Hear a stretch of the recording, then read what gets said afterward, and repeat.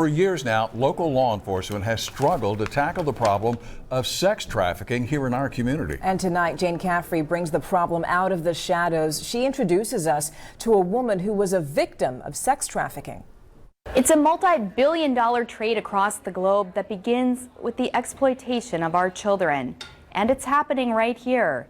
We're about to introduce you to a Corpus Christi woman whose life of sexual slavery began at the age of 6. Imagine being raised a sex slave. I was basically conditioned to think that this was what I was made for. Just imagine what you've seen in a porno movie. Not even her mother would protect her. I know at 9 years old that there were a lot more people involved. My mother was aware, and she was turning a blind eye to it.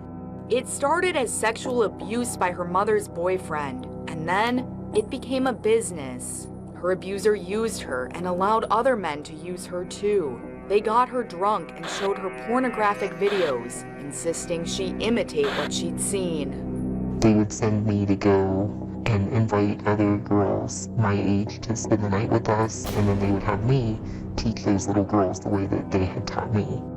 So there was never any reason for me to think that it was not normal. My friends were doing it. Their dads were doing it to me. All before she turned 12.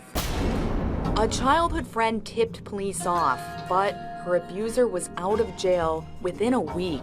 Forced back into a life of sexual slavery, she ran away, right into the arms of yet another man who used her. A runaway teen is likely to be picked up by a pimp within 24 to 48 hours, and the average age of entry into sex trafficking is 12. It was just awful. The whole cycle, and I got trapped in it and I couldn't get out. She spent the next 14 years on the streets, selling her body, believing the men who used her actually loved her. They let them know that they're the only ones that love them, so I'm the one that's going to help you. And at first they may seem like they are. The bond can be so strong, victims don't want to come forward. Rather than get help, they live a nightmare.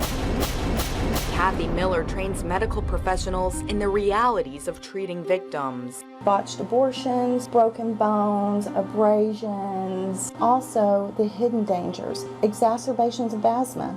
You don't have access to a doctor. Not to mention the mental agony.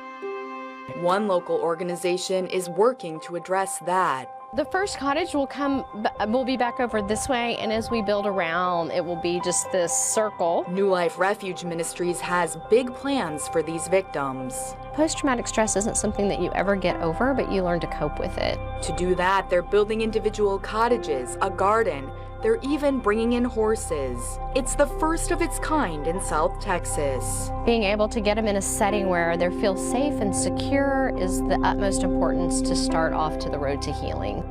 For our victim who got out with the help of a local church, a reminder that sex trafficking can happen and does happen here, on our streets, in our homes, in our neighborhoods. Any neighborhood, all the neighborhoods in Corpus Christi have a form of human trafficking happening in them right now.